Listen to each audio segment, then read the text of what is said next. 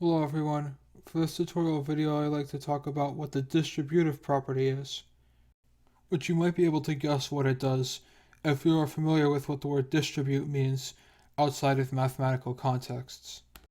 In particular, we know already that the word distribute means to spread something across a group.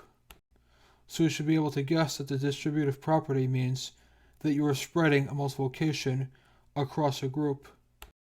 In this case, a group of objects you want to count.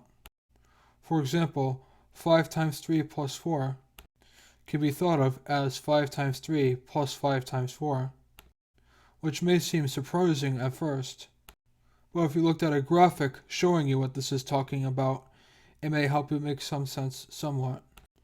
For example, 5 times 3 plus 4 is exactly equal to 5 times 7, because of how you can break up 5 times 7 into 5 times 3 plus 5 times 4 if you looked at a graphic of what 5 times 7 actually means.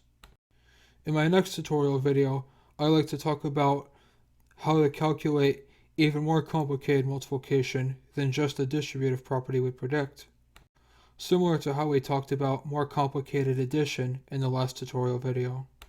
Don't forget to subscribe if you found this video informative, and make sure to see other tutorial videos, and follow me on either Facebook or Twitter for more content.